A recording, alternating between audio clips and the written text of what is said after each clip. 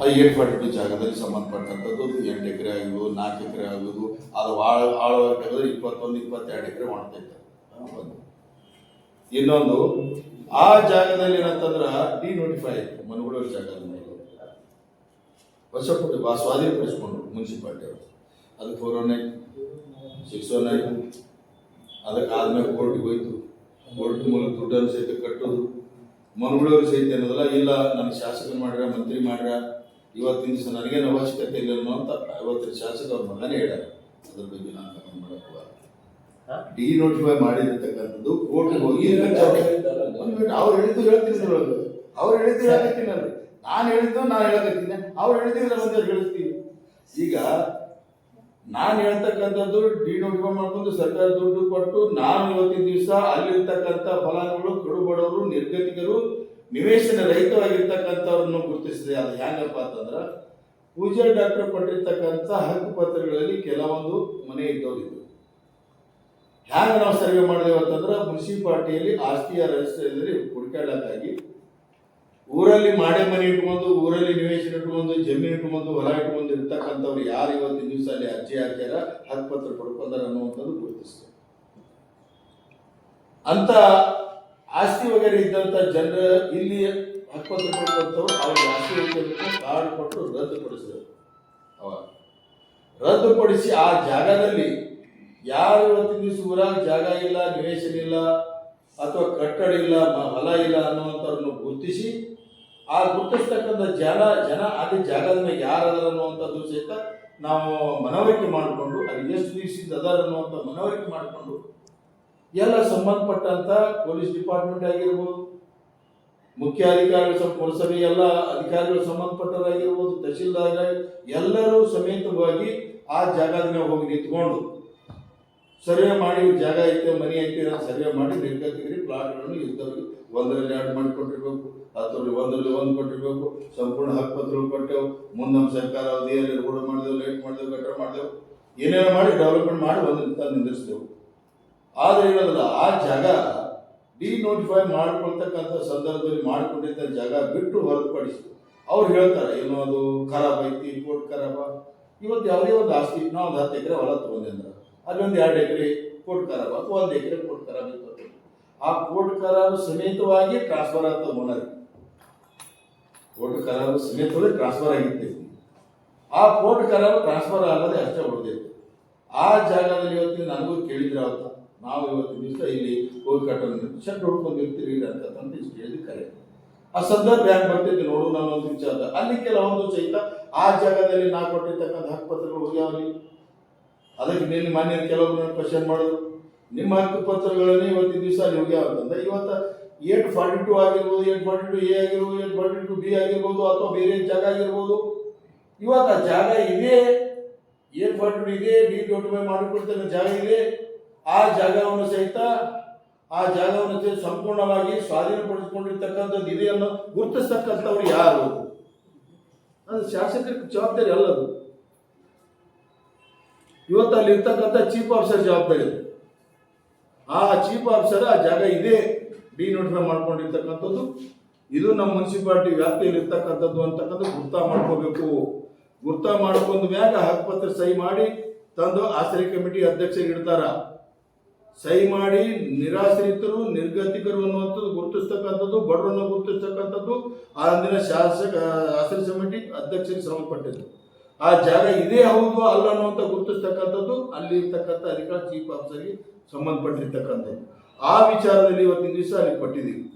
ಇವತ್ತು ಅದು ಡಿನೋಟಿಫೈ ಆಗಿರ್ತಕ್ಕಂಥ ಜಾಗನೇ ಇದು ಅಂತ ತಿಳ್ಕೊಂಡು ಇವ್ರ ಮನವರಿಕೆ ಆಗಿರ್ಬೋದು ಮುನ್ಸಿಪಾಲಿಟಿ ಅವರಿಗೆ, ಅಥವಾ ಮಾಡ್ಕೊಂಡಿರ್ಬೋದು, ಅಥವಾ ಅದೇ ಒಂದು ಮಾಡ್ಕೊಂಡಿವಿ ಅಂತ ತಿಳ್ಕೊಂಡು ಅಂದಿನ ಚೀಫ್ ಆಫೀಸರ್ ಆಗಲಿ, ಅಂದಿನ ಅಧಿಕಾರಿಗಳಲ್ಲಿ ಅವ್ರಿಗೆ ಏನಂತಂದ್ರೆ ಎಂಟ್ರಿ ಮಾಡ್ಯಾರ, ಹಕ್ಕುಪತ್ರ ಕೊಟ್ಟಾರ, ಉತ್ತಾರಿ ಕೊಟ್ಟಾರ, ಕಟ್ಟಡ ಪರ್ಮಿಷನ್ ಕೊಟ್ಟಾರ, ಎಸ್ಟಿಮೇಟ್ ಮಾಡಿ ಬ್ಯಾಂಕಿನಲ್ಲಿ ಸಾಲ ಪಡಿಬೇಕು ಅಂತಂದ್ರೆ ಆ ಸಾಲಕ್ಕೆ ಇವತ್ತಿನ ದಿವಸ ಎಸ್ಟಿಮೇಟ್ ಪರವಾನಗಿ ಕೊಟ್ಟಾರ, ಬ್ಲೂ ಪ್ರಿಂಟ್ ಪರವಾನಗಿ ಕೊಟ್ಟಾರ.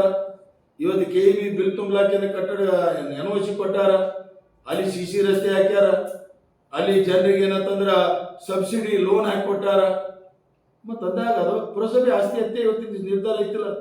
ಪುರಸಭಾ ಆಸ್ತಿ ಅಂತ ತಿಳ್ಕೊಂಡು ನಿರ್ಧಾರ ಆಗಿರ್ತಕ್ಕಂಥದ್ದು ಮುನ್ಸಿಪಾಲ್ಟಿಯವ್ರು ಯಾಕೆ ಡಿಪೆಂಡ್ ಮಾಡ್ಕೊಳಕ್ಕಾಗಲಿಲ್ಲ? ಮುನ್ಸಿಪಾಲ್ಟಿಯವರು ಡಿಪೆಂಡ್ ಮಾಡ್ಕೊಳಕ್ ಯಾಕಲ್ಲ, ನಮ್ಮ ಆಸ್ತಿ ಐತೆ ತಿಳ್ಕೊಂಡು ಯಾಕೆ ಅಲ್ಲಿ ವಿಫಲರಾದ್ರು? ಮುನ್ಸಿಪಾಲ್ಟಿಯವರು ಅಲ್ಲಿ ಇವತ್ತಿನ ದಿವಸ ವಿಫಲರಾದ್ರು.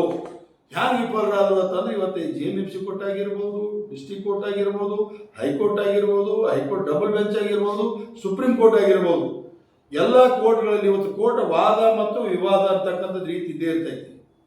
ಒಬ್ಬ ಕೋರ್ಟಿಗೆ ವಾದ ಅಂತ ಅವ್ರು ಬೆನ್ನೆತ್ತು ಮತ್ತೊಬ್ಬ ಕೋರ್ಟ್ಗೆ ಹೋಗಿ ಅದನ್ನು ಡಿಪೆಂಡ್ ಮಾಡ್ಕೊಂಡು ಕೇಸ್ ಎದುರಿಸಬೇಕು. ಆ ಸಂಬಂಧಪಟ್ಟಂತೆ ಎಲ್ಲ ದಾಖಲಾತಿಗಳನ್ನು ಕೊಟ್ಟು ಇವತ್ತು ಎದುರಿಸಕ್ಕಾಗಲಿಲ್ಲ ಅಂತಂದ್ರ, ಸಂಬಂಧಪಟ್ಟಂತ ಸರಿಯಾದ ರೀತಿಯಲ್ಲಿ ಕಾಗದಪತ್ರಗಳು ಕೊಡ್ಲಿಲ್ಲ ಅಂತಂದ್ರ, ಬೇಕು ಬೇಡ ಕಾಗದಪತ್ರಗಳು ಸಬ್ಮಿಟ್ ಮಾಡಿದ್ರಂದ್ರ, ಅಥವಾ ತಮಗೆ ಹೋಗುವಂತ ಸಂದರ್ಭದಲ್ಲಿ ಎಲ್ಲ ಅಲ್ಲಿರ್ತಕ್ಕಂಥ ಫಲಾನುಭವಿಗಳು ಅವರೆಲ್ಲರಿಗೂ ಇಂಪ್ಲಿಮೆಂಟಿಂಗ್ ಹಾಕೋಬೇಕಾಗಿತ್ತಲ್ಲ, ಅದು ಯಾಕೆ ಹಾಕೊಳ್ಳಿಲ್ಲ ಇವರು? ಇವತ್ತು ಅಲ್ಲಿಂದ 15-20 ವರ್ಷದಿಂದ ಮಾಡ್ಕೋತ ಬಂದು ಸಹಿತ ಕೋರ್ಟಿಗೆ ಯಾಕೆ ಇವತ್ತು ಮನವರಿಕೆ ಮಾಡ್ಕೊಡಕ್ಕಾಗಲಿಲ್ಲ? ಇವತ್ತೇನು ಇಷ್ಟು ಜನ ಇಲ್ಲಿ ಅದಾರ, ಇಲ್ಲಿ ಹಕ್ಕುಪತ್ರ ಕೊಟ್ಟಿವಿ, ಮನೆ ಕಟ್ಕೊಂಡು ಅದಾರ, ಇವತ್ತು ಅದಕ್ಕೆಲ್ಲ ನುಕ್ಸಾನ ಆಗ್ತೈತಿ. ಇವತ್ತು ಅದಕ್ಕೆ ಏನು ಕಾಂಪೆನ್ಸೇಷನ್ ಬರುತ್ತೆ ಓನರ್ ನಾವು ಕೊಡ್ತೀವಿ ಅಂತ ತಿಳ್ಕೊಂಡ್ರೆ ಹೇಳ್ಬೋದಾಗಿತ್ತು, ಅಥವಾ ಜಾಗ ನಮ್ಮದ ತಿಳ್ಕೊಂಡು ಪುರಾವೆ ಮಾಡಬೇಕಾಗಿತ್ತು. ಎರಡರಲ್ಲಿ ಸಹಿತ ಮುನ್ಸಿಪಾಲ್ಟಿಯವರು ವಿಫಲರಾಗ್ಯಾರ. ಇದಕ್ಕೆ ಮುನ್ಸಿಪಾಲ್ಟಿನೇ ಹೊಣೆಗಾರಿಕೆ. ಇವತ್ತು ಅವರಿಗೆ ಸಹಿತ ಏನದಲ್ಲ, ನಾನು ಮೊನ್ನೆ ಸಹಿತ ಹೋದಾಗ ಅವ್ರಿಗೆ ಹೇಳಿದೆ, ನಾನು ಈಗೇನು ಉಪಾಧರಣಿ ಕೂತಿದ್ದೀರಿ, ಇದಕ್ಕಿಂತ ಪೂರ್ವದಲ್ಲಿ ನೀವು ಮೊದಲೇನದಲ್ಲ, ನೀವು ಆ ಮುನ್ಸಿಪಾಲ್ಟಿ ಜೊತೆಯಲ್ಲಿ ಇಂಪ್ಲಿಮೆಂಟಿಂಗ್ ಹಾಕಿ ಕೋರ್ಟ್ಗೆ ಹೋಗಬೇಕಾಗಿತ್ತು, ನಿಮಗೂ ಗಮನ ಬಂದಿರ್ತಿರ್ತಾರೆ. ನೀವು ಇಂಪ್ಲಿಮೆಂಟ್ ಹಾಕಿ ಕೋರ್ಟ್ಗೆ ಹೋಗಲಿಲ್ಲ. ಅಲ್ಲಿ ಸಹಿತ ಒಂದು ಫಲಾನುಭವಿಗಳು ಯಾಕಂತಂದ್ರೆ ಮುನ್ಸಿಪಾಲ್ಟಿ ಕೊಟ್ಟರೆ ಮುನ್ಸಿಪಾಲ್ಟಿ ಮಾಡ್ತಾರೆ, ಮುನ್ಸಿಪಾಲ್ಟಿ ಟ್ಯಾಕ್ಸ್ ಕಟ್ಟಿ ಅನ್ನುವಂಥ ಆತ್ಮವಿಶ್ವಾಸದಿಂದ ನಮ್ಮ ಆಸ್ತಿ ಏನೂ ಆಗಲ್ಲ ಅನ್ನೋ ರೀತಿಯಲ್ಲಿ ಬಡ ಜನ ಹೆಂಗೆ ಕೂತ್ಬಿಟ್ರು. ಅದಕ್ಕೆ ಇವತ್ತು ಅನ್ಯಾಯ ಯಾರಿಂದ? ಮುನ್ಸಿಪಾಲ್ಟಿ.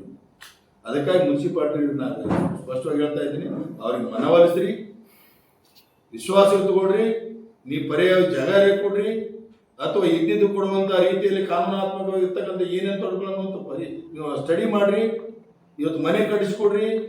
ಇಲ್ಲ ಅಂತಂದ್ರೆ ಆ ಫಲಾನುಭವಿಗಳು ಮುನ್ಸಿಪಾಲ್ಟಿ ಮ್ಯಾಗ ದಾವಾ ಹೂಡಿ ಕಾಂಪೆನ್ಸೇಷನ್ ಕ್ಲೇಮ್ ಮಾಡಿ ತೆಗೆದುಕೊಳ್ತಕ್ಕಂಥ ಸಂಪೂರ್ಣ ಹಕ್ಕು ಇರ್ತೈತಿ, ಅಧಿಕಾರ ಐತಿ.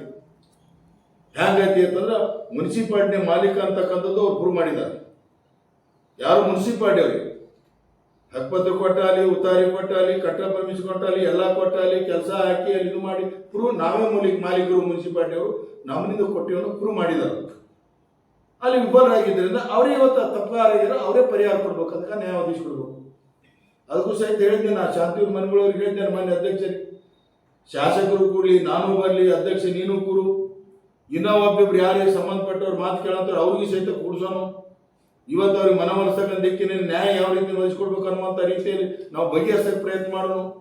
ಅದಕ್ಕೆ ಏನಂದ್ರೆ ನಮ್ಮ ಸಲಹೆಗಳು ತೋರಿ ತಿಳ್ಕೊಂಡು ಹೇಳಿದ್ದೆ, ಬಹುಶಃ ಇದರಲ್ಲಿ ಕೂಡುವಂಥದ್ದು ಆಗಲಿಲ್ಲ, ಆ ಒಂದು ಸಭೆ ಸಫಲ ಆಗಲಿಲ್ಲ. ಆದಾಗ್ಯೂ ಸಹಿತ ಸಮರ್ಥದ ಶಾಸಕ ಬಗೆಹರಿಸ್ತಕ್ಕಂಥ ನಿಟ್ಟಿನಲ್ಲಿ ದೃಢ ನಿರ್ಧಾರ ತಗೋತಾನೆ ಅನ್ನೋ ವಿಚಾರ ನನಗನಿಸ್ತೈತಿ. ನಮ್ಮದೇ ಸರ್ಕಾರ ಇರೋದ್ರಿಂದ, ನಮ್ಮದೇ ಶಾಸಕರು ಇರೋದ್ರಿಂದ ಇಂಥ ಸಮಸ್ಯೆ 100 ಬಂದರೂ ಸಹಿತ ಎದುರಿಸ್ತಕ್ಕಂಥ ಶಕ್ತಿ ಇವತ್ತು ನಮ್ಮ ಶಾಸಕರಿಗೂ ಮತ್ತು ಅಧಿಕಾರಿಗಳಿಗೂ ಇದ್ದುದರಿಂದ ಇವತ್ತಿನ ದಿವಸ ನಡೀತಾ ಇದೆ ಅಂತಕ್ಕಂಥ ಅನಿಸ್ತದೆ. ಆದರೆ ರಾಜಕೀಯವಾಗಿ ಹೋಗಬಾರ್ದೇನೆ. ನಾನು ರಾಜಕೀಯ ರಹಿತವಾಗಿ ಇವತ್ತಿನ ದಿವಸ ಹೇಳ್ತಾ ಇದ್ದೇನೆ. ಆಡಳಿತ ವಿರೋಧಿ ಅಲ್ಲ, ಶಾಸಕರ ವಿರೋಧಿ ಅಲ್ಲ, ಪುರಸಭೆ ವಿರೋಧಿ ಅಲ್ಲ. ಆದರೆ ವಿರೋಧಿ ಅಲ್ಲ ಅಂತ ತಿಳ್ಕೊಂಡ್ರೆ ನಡೆದಿರ್ತಕ್ಕಂಥ ವಿಚಾರಕ್ಕೆ ನಾವು ವಿರೋಧದಿದ್ದೀವಿ. ಇವತ್ತಿನ ಆಡಳಿತ ಬೇರೆ ಇರ್ಬೋದು, ಅವತ್ತಿನ ಆಡಳಿತ ಬೇರೆ ಇರ್ಬೋದು. ಇವತ್ತು ನಮ್ಮ ಅವತ್ತಿನ ಆಡಳಿತದಲ್ಲಿ ಸಹಿತ ಏನಾಗಿದೆ ಅಂತಕ್ಕಂಥದ್ದು ಪರಾಮರ್ಶೆ ಮಾಡ್ಬೇಕಾಗ್ತೈತಿ. ಅದು ಅವತ್ತಿನ ಮಾಡಿರ್ತಕ್ಕಂಥ ತಪ್ಪನ್ನು ಇವತ್ತಿನ ಮುನ್ಸಿಪಾಲ್ಟಿ ಅವ್ರು ಹೊರಬೇಕಾಗ್ತೈತೆ. ಇವತ್ತಿನ ಒಬ್ಬ ಅಧಿಕಾರಿ ಟ್ರಾನ್ಸ್ಫರ್ ಹೋದ್ಕೊಳ್ಳಿ ತಪ್ಪು ಮಾಡಿದ್ದಂತಂದ್ರೆ ಇದ್ದವ್ರು ಇರೋದಲ್ಲ, ಅದು ಮುಂದೆ ಸರಿಪಡಿಸ್ತಕ್ಕಂಥ ದಿಕ್ಕಿನಲ್ಲಿ ಹೋಗ್ಬೇಕಾಗ್ತೈತಿ. ಅದಕ್ಕೆ ಇವತ್ತು ಅಲ್ಲಿ ರಾಜಕೀಯ ಮಾಡಿದ್ರೆ ಭಾಳ ಬೆಳೆಸಲಿಕ್ಕೆ ಅವಕಾಶ ಕೊಡಬಾರ್ದು. ಇವತ್ತಿನದಲ್ಲ ಯಾವುದೇ ರೀತಿಯಲ್ಲಿ ಆ ಜನರಿಗೆ ತೊಂದರೆಯಾಗದಂಥ ರೀತಿಯಲ್ಲಿ ಮನವೊಲಿಸಿ ಏನು ನ್ಯಾಯ ಒದಗಿಸಿಕೊಡ್ತೀರಿ ಆ ನ್ಯಾಯ ಒದಗಿಸಿಕೊಡ್ಬೇಕಂತ